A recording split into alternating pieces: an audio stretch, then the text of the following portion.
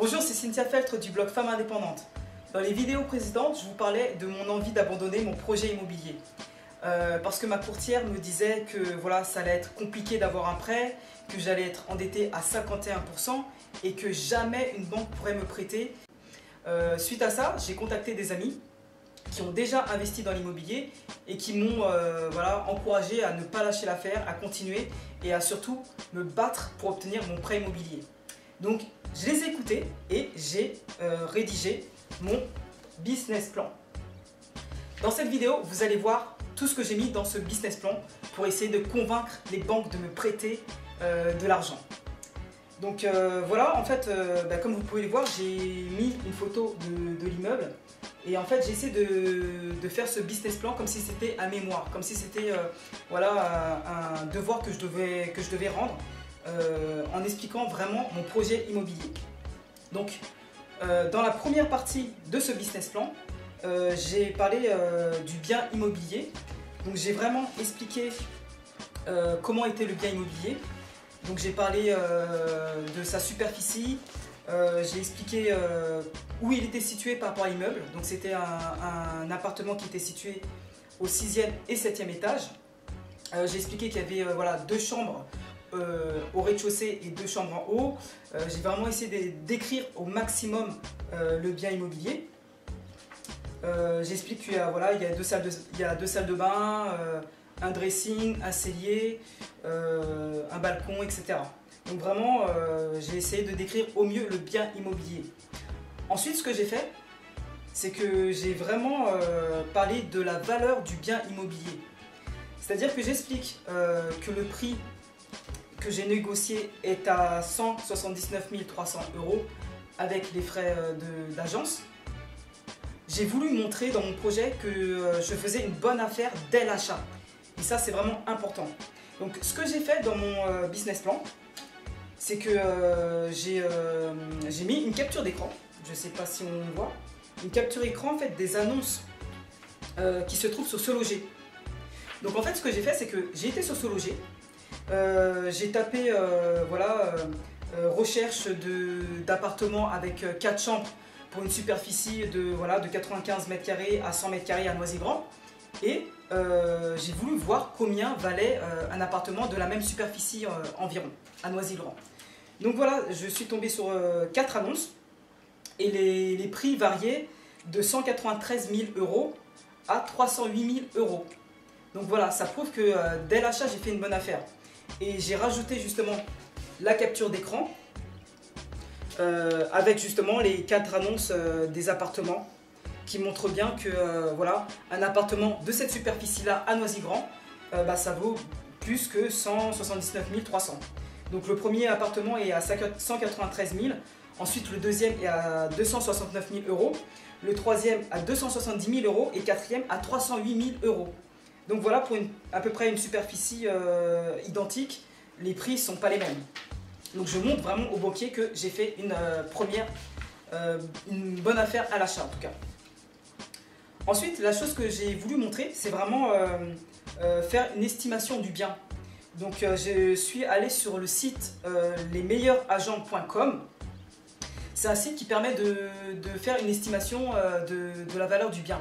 Donc il suffit de rentrer l'adresse du bien immobilier avec quelques options supplémentaires. Donc en fait, ce site vous demande s'il y a un balcon, s'il y a une terrasse, s'il y a un box, à quel étage il est situé, est-ce qu'il y a des travaux de rénovation à faire ou pas, est-ce que c'est proche des transports, etc.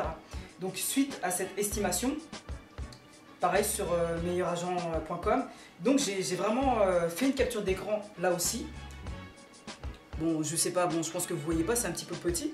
Mais par rapport à cette capture d'écran, et par rapport à l'estimation du site lesmeilleuragents.com, le bien situé à l'adresse que j'ai rentrée dans les données coûterait pour un prix moyen de 243 800 €.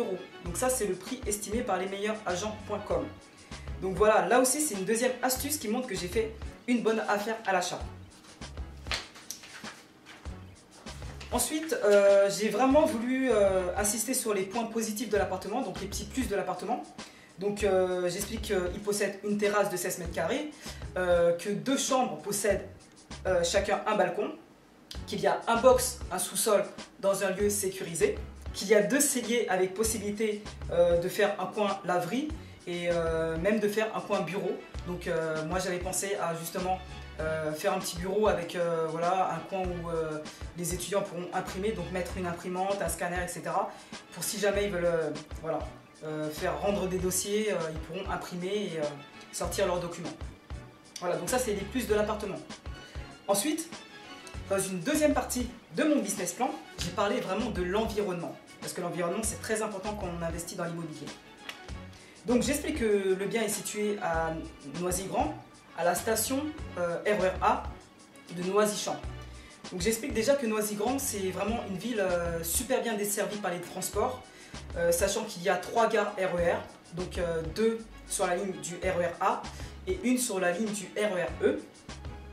Et que normalement dans 5 ans, donc d'ici 2020, il va avoir la ligne du Grand Paris. Donc là aussi j'ai vraiment insisté sur ce point, que c'était un appartement qui était bien desservi par les transports et en plus qui allait prendre de la valeur parce qu'il y avait le Grand Paris qui allait être construit d'ici 5 ans.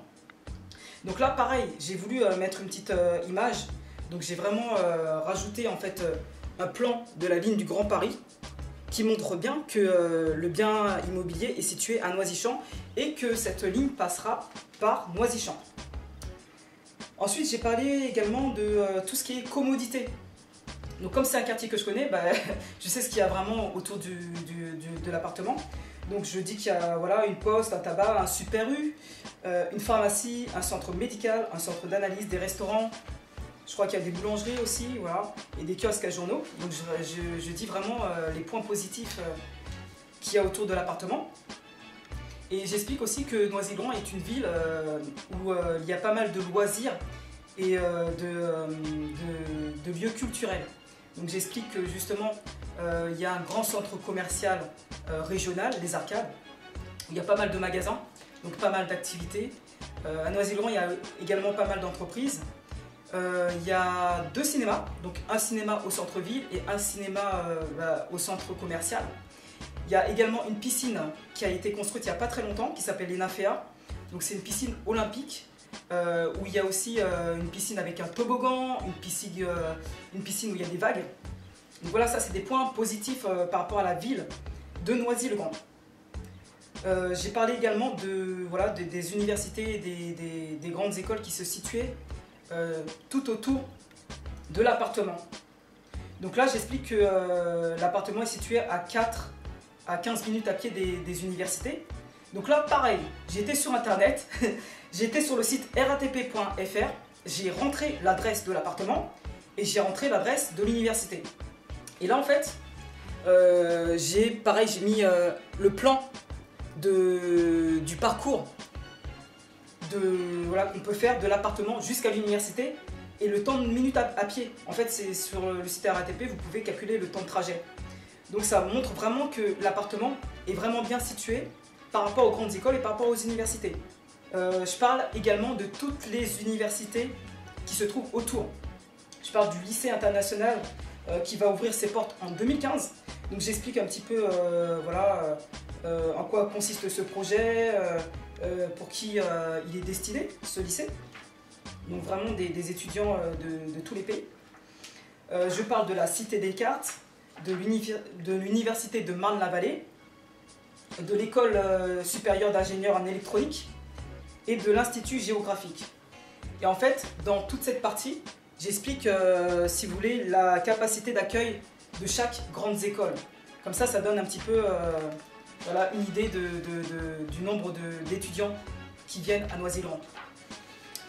Ensuite, là j'ai pris un petit peu plus de temps à rédiger cette partie, puisque j'ai décidé de chercher des chiffres qui montrent que voilà, il y a un manque évident de chambres étudiantes.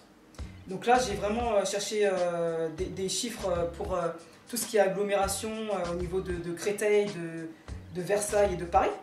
Donc j'ai vraiment mis ces chiffres. Donc j'explique bien le nombre de places en fonction des écoles et des universités. Par exemple, on va prendre un exemple. Au Conservatoire national de musique à Paris 19e, par exemple, il y a simplement 133 chambres pour les étudiants. 133 chambres, c'est vraiment pas beaucoup. Et j'ai mis également le prix du loyer, l'estimation du prix du loyer. Donc là, c'était 463 € par mois, la chambre. Donc ça, c'est des chiffres que je n'ai pas inventés. J'ai trouvé une étude qui parle justement de ce manque de logements étudiants. Et ben voilà, j'ai cité ce document et j'ai remis en fait mon tableau avec tous les chiffres dans mon business plan pour montrer vraiment qu'il y avait une demande et vraiment un manque évident de logements pour les étudiants. J'ai même fait un petit graphique, alors je ne sais pas si vous voyez, mais un petit graphique qui montre le manque d'étudiants, le manque de logements. Voilà. Donc c'est vraiment, voilà, j'ai cité mes sources, voilà, si le banquier veut rechercher les sources et l'exactitude des chiffres sur internet, bah, j'ai laissé le lien. Voilà, voilà.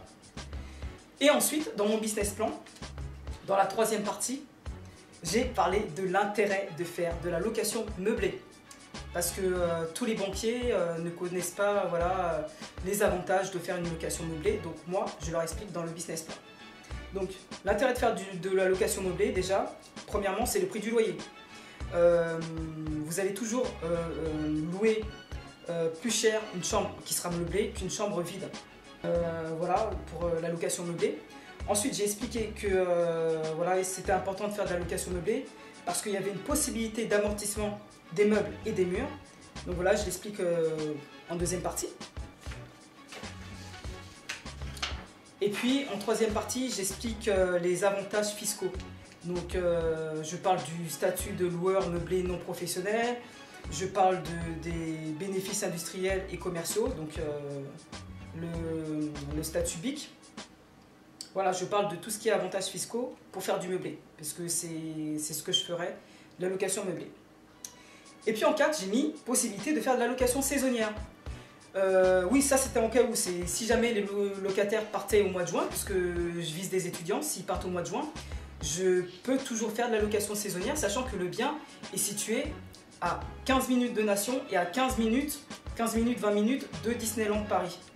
Donc c'est vrai que je peux toujours louer les chambres pour des jeunes qui veulent voilà, passer du temps en région parisienne, peuvent se déplacer à Paris, qui veulent se déplacer à Paris et aussi profiter de Disneyland Paris. Donc ça, c'est aussi un atout supplémentaire. Ensuite, dans la quatrième partie de mon business plan, j'ai parlé de colocation. Donc j'ai mis quelques exemples de colocation à Champs-sur-Marne et à Noisy-le-Grand. Donc là aussi, j'ai été sur internet, j'ai fait des captures d'écran. Sur le bon point, je suis allé taper donc colocation Noisy-le-Grand, Champs-sur-Marne. Et voilà, j'ai sorti toutes les colocations. Et bah là, j'ai fait une capture d'écran de... bon, on voit pas trop, mais voilà, c'est vraiment pour montrer aux banquiers que le prix de la location, je le sors pas parce que voilà, j'ai décidé que ça allait être à 500 € et puis comme ça. Non, j'ai vraiment cherché combien coûtait une colocation dans ce secteur-là. J'ai fait une capture d'écran et j'ai fait vraiment une moyenne de tous les prix de ces colocations-là. Donc j'ai fait toutes les captures d'écran. J'ai mis les liens évidemment et j'ai expliqué que pour 14 annonces, la moyenne du prix d'une colocation est de 511,92 €. Donc voilà, c'est pas moi qui décide de voilà, je vais faire un prix à 500 € parce que j'ai envie de faire un prix à 500 €. Non, je me suis basé sur des faits réels et voilà, sur le prix du marché en montrant que voilà, au niveau de la colocation, il y a, voilà, c'est à peu près la moyenne des prix. Et puis pour finir, ça, je pense que c'est la partie qui intéresse le plus le banquier. Donc, c'est vraiment une feuille de calcul de rendement. Donc, dans cette feuille de calcul, j'ai vraiment voilà, bien détaillé le prix du bien, les frais d'agence, les frais de notaire, le prix total d'acquisition, l'estimation des prix des loyers annuels. Comme il y a un box, j'ai aussi rajouté la location du box, si jamais je le loue. En plus, c'est dans un secteur où il n'y a vraiment pas de place, donc je pense que ce sera assez facile de louer une box. J'ai vraiment détaillé les frais annuels, donc les charges de copropriété, la taxe foncière, les assurances, travaux divers. J'ai rajouté quand même quelques travaux divers si jamais il y a un peu de dégradation ou s'il faut refaire quelques peintures. Et voilà, donc... et puis j'ai fait une partie aussi imposition au régime microfoncier par rapport au statut de loueur meublé non professionnel. Et voilà, j'explique aussi combien j'obtiendrai de rendement. Voilà, donc je vous ai parlé de mon business plan. Maintenant, j'aimerais savoir, vous qui avez déjà fait des business plans, qu'est-ce que vous avez mis dans votre business plan? Est-ce que vous avez rajouté des choses que moi je n'ai pas mises dans mon business plan? Est-ce que vous trouvez judicieux de montrer aux banquiers que vous avez fait une bonne affaire à l'achat, que vous montrez que vous connaissez le sujet au niveau du prix du bien immobilier, au niveau de la location, au niveau de l'environnement? Voilà, n'hésitez pas à me dire, vous, ce que vous mettez dans votre business plan. Comme ça, j'affinerai mon business plan et puis voilà, j'irai défendre mon business plan auprès des banques. Je vous remercie infiniment d'avoir regardé cette vidéo et n'hésitez pas à laisser des commentaires.